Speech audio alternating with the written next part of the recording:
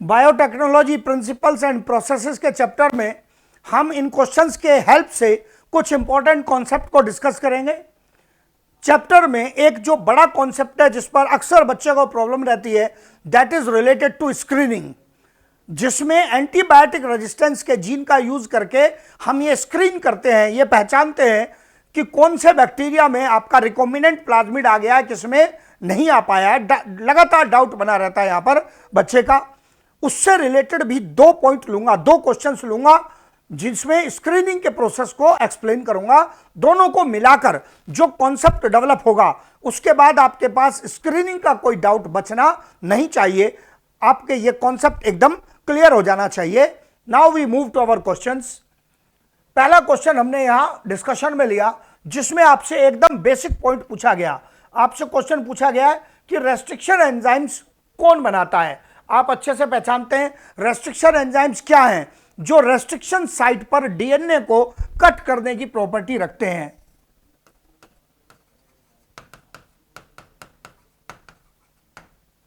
जो specific site है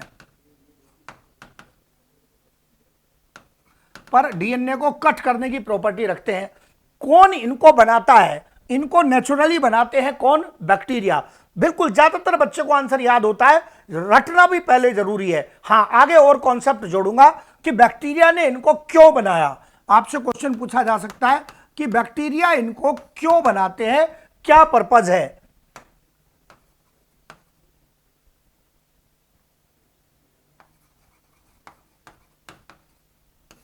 defence के पर्पज के लिए, अपनी सुरक्षा के लिए बनाते हैं। किससे सुरक्षा करना चाह रहे हैं? वायरस से अपनी सुरक्षा करना चाह रहे हैं। जो वायरस बैक्टीरिया में इंफेक्शन कॉज करते हैं उससे खुद को बचाना चाह रहे हैं। मतलब इन रेस्ट्रिक्शन एंजाइम्स का यूज करके ये बैक्टीरिया क्या करते हैं? ये वायरल डीएनए को कट कर देते हैं, और अगर वायरल डीएनए कट हो जाएगा तो वायरस के द्वारा बैक्टीरिया में इंफेक्शन के चांसेस कम हो जाएंगे, उसको प्रिवेंट किया जा सकता है। उल्टा क्वेश्चन भी बनता है कि भैया डीएनए तो बैक्टीरिया के अपने पास भी प्रेजेंट है, तो अपने डीएनए को कैसे बचाएगा?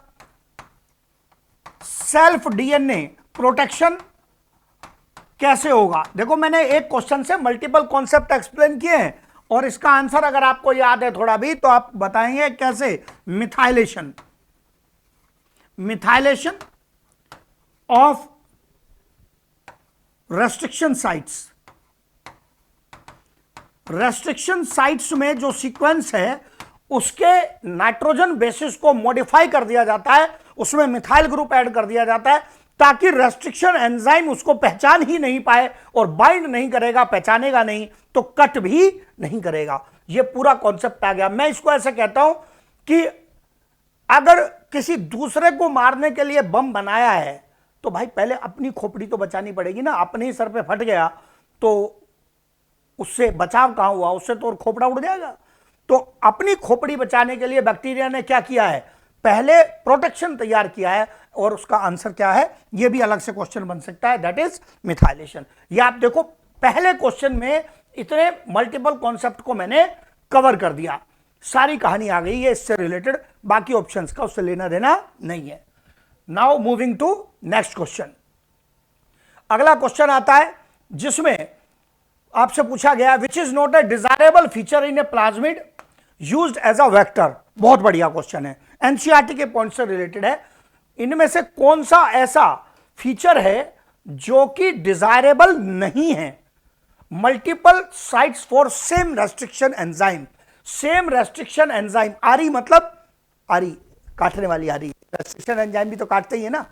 सेम रेस्ट्रिक्शन एंजाइम के लिए एक प्लाज्मिड के अंदर, एक वेक्टर के अंदर मल्टीपल रेस्ट्रिक्शन साइट होना, क्या यह डिजायरेबल है या अनडिजायरेबल? यही फीचर अनडिजायरेबल है। कैसे है मैं समझाऊंगा। तो नॉट डिजायरेबल पूछा है तो आंसर तो यही है। बाकी क्यों आंसर नहीं है पहले वो बता दूं। प्रेजेंस ऑफ ओरिसाइट, ये तो चाहिए ना भाई, तब तो एप्लीकेशन इनिशिएट होगा वेक्टर वाला। Presence of antibiotic resistance gene, इसकी जरूरत पड़ेगी, मैंने कहा था ना किस पर्पज के लिए? स्क्रीनिंग के लिए, कि आपका इंटरेस्ट का डीएनए ऐड हुआ है प्लाज्मिड में या नहीं। हाई कॉपी नंबर, इससे फायदा क्या होगा, इससे फायदा होगा सेम प्लाज्मिड की मल्टीपल कॉपीज प्रेजेंट होंगी इन host bacteria, multiple copies of same plasmid की उस होस्ट बैक्टीरिया में जिसमें आपने आपके रिकॉम्बिनेंट प्लाज्मिड को डाला होगा। तो इससे तो फायदा ही है, जितनी ज्यादा कॉपी होंगी आपका प्रोडक्ट भी उन कॉपीज के एक्सप्रेशन से ज्यादा बनेगा। या आपको डीएनए चाहिए तो डीएनए की ज्यादा कॉपी तैयार हो जाएंगी, उसका बना हुआ प्रोटीन चाहिए तो उसका अमाउंट ज्यादा बनेगा। सो ये भी एडवांटेज है, ये भी एडवांटेज है, ये भी है, ये नहीं है। इससे नुकसान क्या है मैं साबित करता हूं। अगर सपोज आपने क्या किया, ये कोई प्लाज्मिड ली, इस प्लाज्मिड को कट करने के लिए आप चाहते क्या है, आप ये चाहते हैं कि इस प्लाज्मिड में यहां पर रेस्ट्रिक्शन एंजाइम के द्वारा कट करने की रेस्ट्रिक्शन साइट हो। तो कट करने के बाद आप क्या करेंगे, आप अपने इंटरेस्ट का जो डीएनए है वो इसमें इंसर्ट कर देंगे, अपने इंटरेस्ट का जो डीएनए है उसको इसमें इंसर्ट कर देंगे। ये कर दिया इंसर्ट अपने इंटरेस्ट का डीएनए, ये आपके इंटरेस्ट का डीएनए है, इसमें आपने पैसेंजर डीएनए को इंसर्ट कर दिया, जिसको आप कह सकते हैं क्या, पैसेंजर डीएनए। तो बढ़िया है, एक जगह से कट किया और लाइगेज यूज करके रेस्ट्रिक्शन एंजाइम से कट किया, उसके बाद लाइगेज यूज किया और अपने इंटरेस्ट का डीएनए इसमें जोड़ दिया। लेकिन अगर इस रेस्ट्रिक्शन एंजाइम के लिए एक के बजाय मल्टीपल साइट होती तो आप इस परिणाम तक नहीं पहुंच पाते। यहां फैल जाता रायता, हां जी, एकदम चारों तरफ। कैसे फैलता, let me see you how to spread raita. रायता कैसे फैलेगा जरा यहां देखो। अब ये तो हो नहीं पाएगा। फिर अगर मल्टीपल रेस्ट्रिक्शन साइट होंगी तो उसका परिणाम देखो, यहां से भी कट हो जाएगा, यहां से भी कट हो जाएगा। अब इतने टुकड़ों में कट होने पर इस प्लाज्मिड का क्या हाल होगा, इसके टुकड़े टुकड़े फैल जाएंगे, इसके टुकड़े टुकड़े फैल जाएंगे। आपको अपने इंटरेस्ट का डीएनए जोड़ना था एक जगह, प्लाज्मिड के टुकड़े हो गए 3, प्लाज्मिड के टुकड़े हो गए 3, ये अलग फ्रेगमेंट हो गए। आपको क्या फायदा हुआ, ये टुकड़े फैल जाएंगे और आप इनको जोड़ नहीं पाओगे। तो ये जो मल्टीपल फ्रैगमेंट्स तैयार हो गई आपके वेक्टर की, ये आपके लिए सुटेबल नहीं है। So it is not desirable to cut vector into so many multiple pieces. It is not suitable for you. You are able to easily handle it when the cut is present at a particular single location where you insert DNA of your interest, that you also call passenger DNA. तो ये undesirable feature है, आपको इसकी जरूरत ही नहीं है, इतने टुकड़े फैलाने की जरूरत नहीं है। ये बहुत इंपॉर्टेंट पॉइंट था, एनसीईआरटी भी कहता है, जो मैंने यहां पर एक्सप्लेन कर दिया। Now coming to next question. अगले क्वेश्चन पर हम लोग आते हैं, जिसमें आपसे पूछा गया है कि which step is related to identifying whether passenger DNA और the DNA of our interest is inserted into plasmid. मतलब प्लाज्मिड रिकॉम्बिनेंट हुआ है या नहीं है। मैंने नाम लिया है पहले, मैंने कहा ना इससे रिलेटेड में क्वेश्चंस लूंगा। जोड़ दिया गया आपने, जोड़ना वो स्टेप थोड़ा ही जिससे पहचान होगी। ट्रांसफॉर्मेशन से तो बैक्टीरिया के अंदर डीएनए एंटर करेगा, उससे कुछ पहचान थोड़ी हो रही है। डाइजेशन तो डीएनए को कट करना है। पहचानने का जो स्टेप है वो स्टेप है स्क्रीनिंग का। पहचानने का जो स्टेप है वो स्टेप है स्क्रीनिंग का। So correct answer is option number 4। आप कहेंगे स्क्रीनिंग होती कैसे है, बिल्कुल पक्का डिटेल भी दूंगा, पर इस क्वेश्चन में नहीं, मैंने इससे और डिटेल क्वेश्चन पूछा है आगे। तो ये यहां तो मैंने नाम ले दिया केवल screening. In some next question I am going to explain complete detail of screening process, full detail देने वाला हूं इसका। अभी पहले जरा नाम याद रखना है कि स्क्रीनिंग वो प्रोसेस है जिससे आप ये पहचानते हैं कि आपका प्लाज्मिड रिकॉम्बिनेंट हुआ है या नहीं है। कैसे पहचानेंगे, that we will come to know in some other question. Next question ये आ गया हमारे डिस्कशन में। In recombinant DNA technology, RDT मतलब recombinant DNA technology, which enzymes helps us to prevent unwanted religation. देखो क्वेश्चन क्या पूछ रहा है ये जानना बहुत जरूरी है। अनवांटेड रीलाइगेशन, रीलाइगेशन मतलब दोबारा से जुड़ना, लेकिन कैसा है, अनवांटेड है, जिसकी आपको जरूरत नहीं है। मतलब आप चाहते हैं कि डीएनए के कोई टुकड़े, कोई सिरे, कोई किनारे ऐसे हैं जो आपस में जुड़े नहीं। इट मींस कंडीशन सपोज आपके पास इस प्रकार की है कि ये आपके पास कोई डीएनए है, आपने इसको रेस्ट्रिक्शन एंजाइम यूज करके कट कर दिया, यहां से कट कर दिया, ये इसके टर्मिनल्स हैं, टर्मिनल्स लिख दूं सपोज जैसे 5 प्राइम 3 प्राइम 3 प्राइम 5 प्राइम।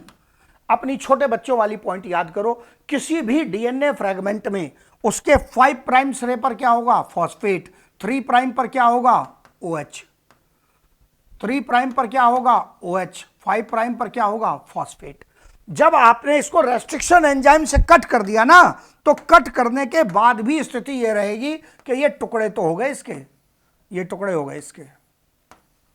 टुकड़े हो जाने पर अभी भी यहां पर ये इधर एक फॉस्फेट, इधर OH, ये 5 प्राइम, ये 3 प्राइम। ये अगर 5 प्राइम है तो ये किनारा टुकड़े का 3 प्राइम होगा, ये किनारा 3 प्राइम, ये नया किनारा 5 प्राइम, ये 3 प्राइम, यहां OH पहले से था, तो इसके 3 प्राइम पर क्या आएगा, नया OH, इसके 5 प्राइम पर क्या आएगा, फॉस्फेट।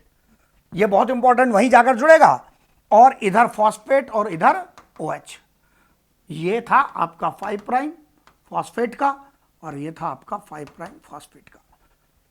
अब कह रहा है ये जुड़े नहीं, जुड़ने से रोकने के लिए क्या है, अगर आप alkaline phosphatase enzyme, alkaline phosphatase enzyme से इसको ट्रीट कर दोगे, तो ये एंजाइम क्या करेगा, ये जो फॉस्फेट ग्रुप्स यहां प्रेजेंट हैं, ये इनको हाइड्रोलाइज कर देगा, तोड़ देगा। अगर फॉस्फेट ग्रुप ये हो या ये हो, कोई भी हो, ये इन फॉस्फेट ग्रुप्स को हटा देगा। अगर फॉस्फेट ग्रुप हटा दिए तो इनके बीच में वापस फॉस्फोडाइएस्टर बॉन्ड बनाना पॉसिबल नहीं होगा। जब तक आप अपनी चॉइस से दोबारा से इसमें फॉस्फेट ना जोड़ दें, तब तक आप इसमें वापस इसको जोड़ नहीं सकते, क्योंकि फॉस्फोडाइएस्टर बॉन्ड बनाने के लिए फॉस्फेट और OH चाहिए ना। आपने तो फॉस्फेट हटा दिया, किसने हटाया फॉस्फेट, यही पूछ रहा है। कौन सा एंजाइम है जिसको यूज करके ऐसा किया जा सकता है? Correct answer is alkaline phosphatase. ये क्वेश्चन आपका सॉल्व हो गया यहां पर। फिर उसके बाद नेक्स्ट क्वेश्चन आया हमारे डिस्कशन में। यहां पर मैंने कहा था कि मैं स्क्रीनिंग से रिलेटेड आपसे क्वेश्चंस लूंगा।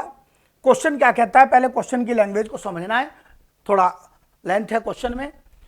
We used a restriction enzyme, हमने एक रेस्ट्रिक्शन एंजाइम यूज किया which cuts in tetracycline resistance. Diagram से समझाऊंगा। जिसने कट किया आपके वेक्टर को, कहां कट किया, टेट्रासाइक्लिन रेजिस्टेंस के जीन के अंदर कट कर दिया प्लाज्मिड को। And used this cut as cloning site, मतलब आपने इसी पोजीशन पर अपने इंटरेस्ट के डीएनए को जोड़ा, इस पोजीशन को आपने क्लोनिंग साइट के रूप में यूज किया। मतलब आप यहां अपने इंटरेस्ट का डीएनए, पैसेंजर डीएनए जोड़ेंगे। एम्पिसिलिन रेजिस्टेंस भी इस प्लाज्मिड के अंदर, इस वेक्टर के अंदर प्रेजेंट है। अब आपको कौन से बैक्टीरिया चाहिए, कौन से बैक्टीरिया चाहिए, ऑप्शन दे दिया आपको। ऑप्शन पढ़ने से सीधा कोई फायदा नहीं है, मैं डायग्राम से पहले ये एक्सप्लेन कर दूं कि आप कर क्या रहे हैं, तब आप ऑप्शन पे आना। ऑप्शन पर तब आएंगे। हाँ जी, ये आ गया एंटीबायोटिक रेजिस्टेंस को यूज करते हुए स्क्रीनिंग का मेथड, जो इस क्वेश्चन में ऑप्शन के माध्यम से आपसे पूछा गया है। मैंने पहले भी कहा था ना, स्क्रीनिंग को एक्सप्लेन करूंगा, तो ये पूरा डिटेल आ गया। एक एक करके स्टेप पहचानेंगे, जो ये क्वेश्चन भी कहता है we are going to take one by one. ये आपका प्लाज्मिड वेक्टर है। इस प्लाज्मिड वेक्टर में आप देख रहे हैं दो जीन की बात की, एम्पिसिलिन के अगेंस्ट रेजिस्टेंस का जीन और टेट्रासाइक्लिन, AMPR मतलब एम्पिसिलिन रेजिस्टेंस का जीन, TET-R मतलब टेट्रासाइक्लिन रेजिस्टेंस का जीन। आप कोई रेस्ट्रिक्शन एंजाइम यूज कर रहे हैं, क्वेश्चन कहता है, जो कट करता है कहां, with in the gene of tetracycline resistance. मतलब ये एंजाइम आपके इस वेक्टर को कहीं टेट्रासाइक्लिन रेजिस्टेंस की जीन के अंदर कट करेगा। अब कट करने के बाद आप क्या करेंगे, इसके बीच में जहां कट बना वहां लाकर एक अपने इंटरेस्ट का डीएनए, पैसेंजर डीएनए जोड़ देंगे। लाइगेशन ऑफ पैसेंजर डीएनए क्या यूज करेंगे? डीएनए लाइगेस लाके लाइगेशन करा देंगे आप, पैसेंजर डीएनए जोड़ दिया। अब ये जो मैंने रेड कलर से लिखा है यहां पर, ये पैसेंजर डीएनए है। ये जो मार्क किया हुआ है यहां पर, ये लिखा नहीं, ये बना है, पैसेंजर डीएनए है। ये पैसेंजर डीएनए प्लाज्मिड के अंदर जोड़ दिया। अब ये जो प्लाज्मिड बन गई, ये बन गई रिकॉम्बिनेंट प्लाज्मिड। ये क्या बन गई? Recombinant plasmid. ये रिकॉम्बिनेंट प्लाज्मिड बन गई आपकी। अब आप इस प्लाज्मिड का क्या करेंगे? हवा में थोड़ी घुमाएंगे। प्लाज्मिड कहां यूजफुल है? जब आप इसको इसके बैक्टीरिया में डालें, इसका रेप्लिकेशन हो, एक्सप्रेशन हो, कहां करेंगे? इसके होस्ट बैक्टीरिया में। इस प्लाज्मिड को रिकॉम्बिनेंट होने के बाद इसके होस्ट बैक्टीरिया में, जैसे सपोज इकोलाई में डालने का इसका प्रोसेस, एंटर कराने का प्रोसेस क्या कहलाएगा? ट्रांसफॉर्मेशन। ट्रांसफॉर्मेशन करा दिया आपने। किताब में लिखते ऐसे ही है, ट्रांसफॉर्मेशन करा दिया, लेकिन होने की कोई गारंटी थोड़ी होती है। प्लाज्मिड वहां जाके हमसे थोड़ी कहेगा okay yes sir now I am inside bacteria, ऐसे थोड़ी होता है। मतलब प्लाज्मिड की एंट्री सक्सेसफुल हो भी सकती है और नहीं भी हो सकती। तो आपको पहले तो यह पहचानना पड़ेगा कि क्या बैक्टीरिया में सक्सेसफुली प्लाज्मिड गया है या नहीं, यह पहचानना पड़ेगा। तो आप क्या करेंगे? पहले आप इस प्रोसेस को, ट्रांसफॉर्मेशन को चलाने के बाद इन बैक्टीरिया को जिनके अंदर आपने ये प्लाज्मिड डाला है, you grow them on plate 1। Plate 1 क्यों कह रहा हूं? क्योंकि 2 भी आएगी बाद में। प्लेट 1 पर ग्रो किया, उसमें क्या क्या प्रोवाइड किया? ग्रोथ मीडियम प्रोवाइड किया, और यहां पर साथ में प्रोवाइड किया एम्पिसिलिन। क्या प्रोवाइड किया? एम्पिसिलिन प्रोवाइड किया।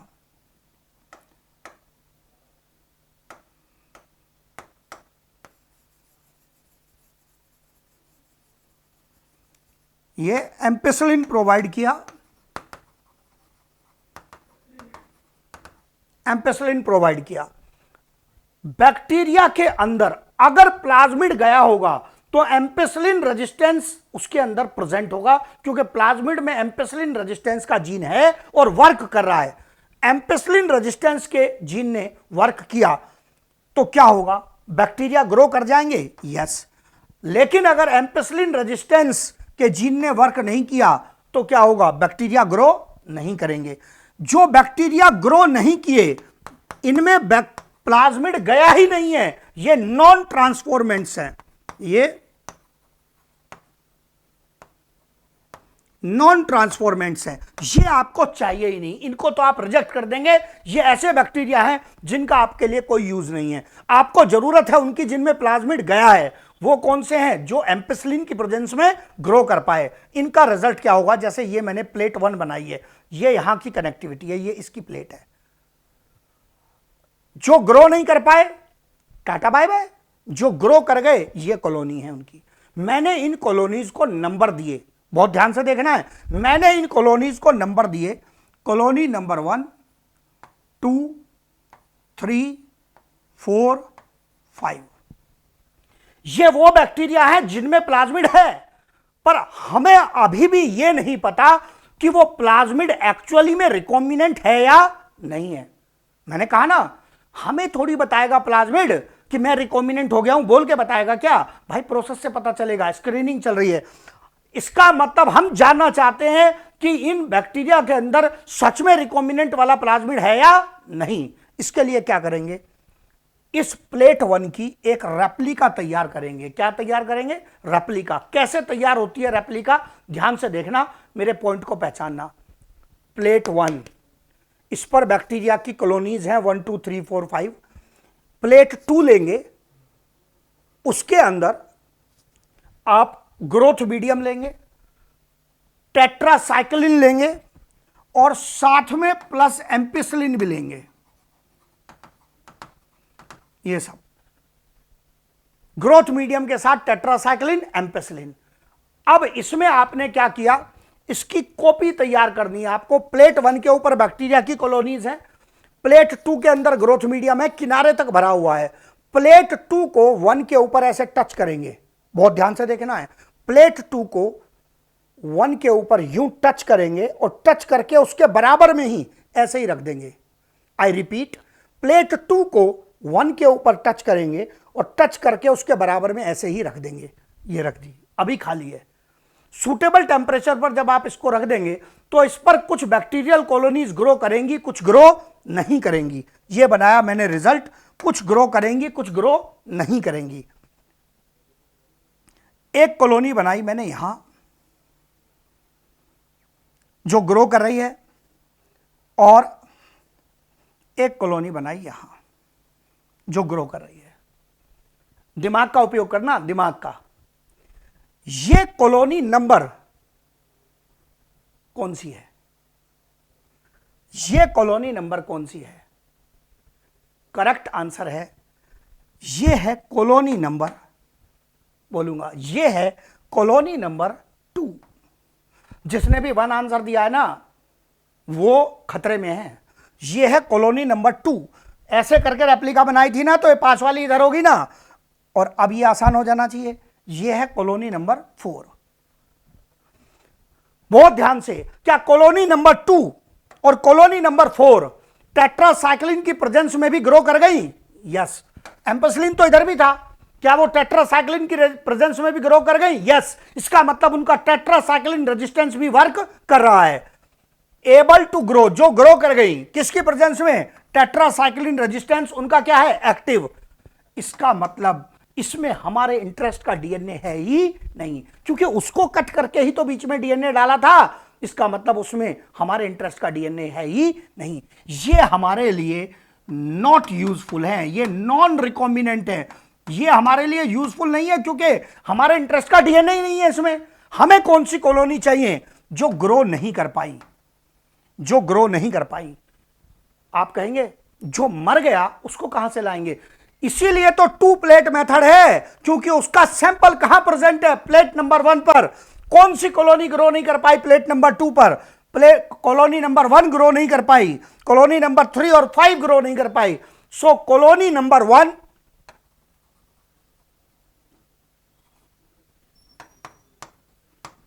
3 एंड 5 वो है जो प्लेट 2 पर ग्रो नहीं कर पाई। क्यों ग्रो नहीं कर पाई?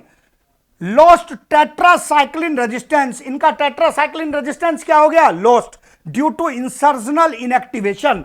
इनएक्टिव हो गया टेट्रासाइक्लिन रेजिस्टेंस। किसके इंसर्ट होने की वजह से? पैसेंजर डीएनए के इंसर्ट होने की वजह से। अब क्या करेंगे? इनको प्लेट 1 से सेलेक्ट कर लो, select them from plate 1 and use them. यही यूजफुल है। पहचानने के लिए ये रेप्लिका प्लेटिंग मेथड यूज हुआ, लेकिन सैंपल लेंगे कहां से? प्लेट 1 से, क्योंकि 2 पर तो वो मर चुके हैं। देखो कितने इंटेलिजेंट अप्रोच है। साइंटिस्ट को भी पता है 2 पे तो वो मर जाएगा, लेकिन उसका सैंपल बचा के रखा है पहचानने के लिए। कहां पर? प्लेट नंबर 1 पर। सो प्लेट नंबर 1 वो ग्रो करेंगे जो ट्रांसफॉर्मेंट्स हैं। प्लेट नंबर 2 पर वो ग्रो करेंगे जो ट्रांसफॉर्मेंट तो है ही, लेकिन उनमें दोनों जीन का रेजिस्टेंस प्रेजेंट है। टेट्रासाइक्लिन रेजिस्टेंस लॉस्ट नहीं हुआ है, लॉस्ट नहीं हुआ है जिनमें, वो आपके लिए यूजफुल नहीं है, क्योंकि उनका तो टेट्रासाइक्लिन रेजिस्टेंस भी वर्क कर रहा है। तो इसका मतलब जीन बीच से कटा ही नहीं है। इनको छोड़ देंगे और जो ग्रो नहीं किए उनको चूज करेंगे, वही आपके लिए यूजफुल है। मेहनत की है देखो इस कॉन्सेप्ट को, एक क्वेश्चन को समझाने के लिए। इसको आप यूज कर सकते हैं, ध्यान से डायग्राम ड्रॉ भी कर सकते हैं, पहचान सकते हैं, और ये आपके बहुत काम आएगा एनसीईआरटी के कॉन्सेप्ट को एक्सप्लेन करने के लिए। अब आपको ऑप्शन दूंगा, अब दूंगा ऑप्शन। हाँ, ये मैं पीछे हट गया। अब आपसे पूछा कि आप किसको सेलेक्ट करेंगे? Which grow over tetracycline resistance medium. अभी तो मना करके आया हूं, टेट्रासाइक्लिन रेजिस्टेंस मीडियम पर ग्रो कर गया तो आपके किस काम का? Which grow over both tetracycline and ampicillin, फालतू है। Which do not grow over tetracycline resistance medium but grow over ampicillin medium, यही चाहिए आपको। टेट्रासाइक्लिन मीडियम में मर जाए लेकिन एम्पिसिलिन मीडियम में ग्रो करे, मतलब प्लाज्मिड हो लेकिन टेट्रासाइक्लिन रेजिस्टेंस काम ना करे। Which do not grow over ampicillin medium, अगर एम्पिसिलिन मीडियम पर ही ग्रो नहीं किया इसका मतलब ट्रांसफॉर्मेशन हुआ ही नहीं है। और ये आगे ओवर टेट्रासाइक्लिन मीडियम, अरे यार कट तो आपने टेट्रासाइक्लिन को किया था, तो ये उल्टा कैसे हो जाएगा? ये भी नहीं होगा। So your correct answer is option number 3। हाँ जी, टाइम लेने वाला क्वेश्चन था, लेकिन बहुत बढ़िया कॉन्सेप्ट इससे मैंने एक्सप्लेन किया है। आई होप अभी इसके बाद स्क्रीनिंग में दिक्कत नहीं आएगी। Now coming to next question.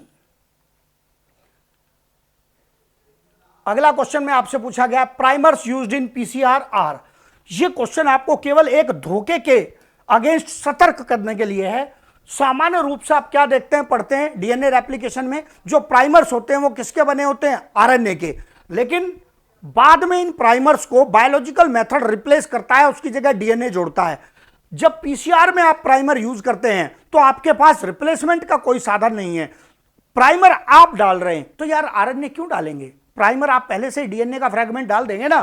तो जो पीसीआर में प्राइमर्स यूज होते हैं they are short DNA sequences, they are short DNA sequences, वो शॉर्ट डीएनए सीक्वेंसेस होते हैं। Correct answer is option number 2, correct answer is option number 2। फिर इसके बाद नेक्स्ट क्वेश्चन में हम लोग आएंगे। अगला क्वेश्चन आ गया हम लोगों के डिस्कशन में, डीएनए इज। अब यहां फिर अगेन एक ही चालाकी के अगेंस्ट आपको तैयार किया गया है। बच्चा अक्सर क्या समझता है, उसको पहचाने है हाइड्रोफिलिक मतलब वाटर अट्रैक्टिंग, हाइड्रोफोबिक मतलब वाटर रिपेलिंग, फिर एक ऑप्शन दे दिया वाटर सॉल्युबल। भाई डीएनए एक पॉलीमर है, मैक्रो मॉलिक्यूल है। डीएनए क्या है, एक पॉलीमर है, ये एक मैक्रो मॉलिक्यूल है। और आप याद करो बायोमोलिक्यूल के चैप्टर के कॉन्सेप्ट को कि क्या मैक्रो मॉलिक्यूल जो है वो पानी में घुल जाएगा क्या, ये नॉट सोल्यूबल इन वाटर है, ये वाटर में सोल्यूबल नहीं है। लेकिन क्या वाटर को अट्रैक्ट करता है, यस, अट्रैक्ट वाटर, यस। इसका मतलब ये दो बातें अलग हैं, यस। हाइड्रोफिलिक होना अलग इशू है और वाटर सोल्यूबल होना अलग इशू है। और फिर मैंने यहां पर आपको ये और ऑप्शन भी दे दिए। अब यहां पर क्या ये वाटर सोल्यूबल है, ना, हाइड्रोफिलिक है, यस। और आसान एग्जांपल देता हूं, जैसे आप देखते हैं लकड़ी के दरवाजे हैं घर में, बिल्डिंग में, कहीं पर भी अगर, तो क्या वो मॉइस्चर को अट्रैक्ट करते हैं, यस। क्या वो हाइड्रोफिलिक है, यस। सेल्यूलोज हाइड्रोफिलिक है, यस। लेकिन क्या वो पानी में घुल जाएगा, ना, दरवाजा पानी में थोड़ी घुल जाएगा यार। सोल्यूबल शुगर का थोड़ी बना हुआ है, टेबल शुगर का बनाया हुआ है क्या, कि शक्कर का बनाया हुआ है, पानी आया दरवाजा घुल गया, ऐसा थोड़ी होता है। तो इसका मतलब यह हुआ कि वाटर को अट्रैक्ट करना अलग इशू है और पानी में घुल जाना अलग इशू है। सो डीएनए में हाइड्रोफिलिक पूछेगा तो यस है, वाटर सोल्यूबल पूछेगा तो नो है। इन दोनों के कॉन्ट्रास्ट की वजह से बच्चा कई बार गड़बड़ खा जाता है। इस कॉन्सेप्ट के अंतर को ध्यान रखना है। मैंने इंपॉर्टेंट क्वेश्चंस पूरे के पूरे यहां पर आपको इस डिस्कशन के बता दिए हैं और ये आपको हेल्प करेंगे चैप्टर में, कॉन्सेप्ट बिल्डिंग में, और आगे भी हम इसी प्रकार के क्वेश्चंस को लेते रहेंगे।